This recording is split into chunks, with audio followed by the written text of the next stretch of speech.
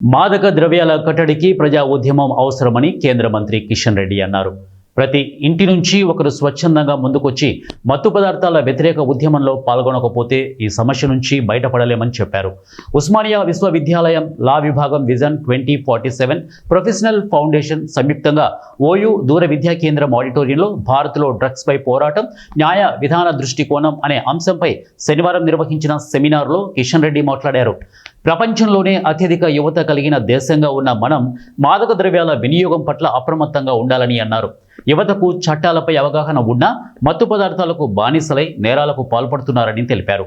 ప్రస్తుతం ఆధునిక సాంకేతికతతో ఏదైనా సాధించే దశకు చేరుకున్నామని, అయితే మాదక ద్రవ్యాలకు బానిసలైతే ఏ సాంకేతికత, అభివృద్ధి మనల్ని కాపాడలేవని కిషన్ రెడ్డి హెచ్చరించారు. మాదక ద్రవ్యాల కట్టడికి పౌర సమాజాన్ని భాగస్వామ్యం చేస్తూ ప్రభుత్వాలు సమగ్ర ప్రణాళికతో పనిచేయాలని సిబిఐ మాజీ జేడి లక్ష్మీనారాయణ సూచించారు. మాదక ద్రవ్యాలు, మద్యపానం, అవినీతి ఒకదానిపై ఒకటి ఆధారపడి ఉంటాయని, వీటన్నింటి కట్టడిపై దృష్టి సారించాలని పేర్కొన్నారు.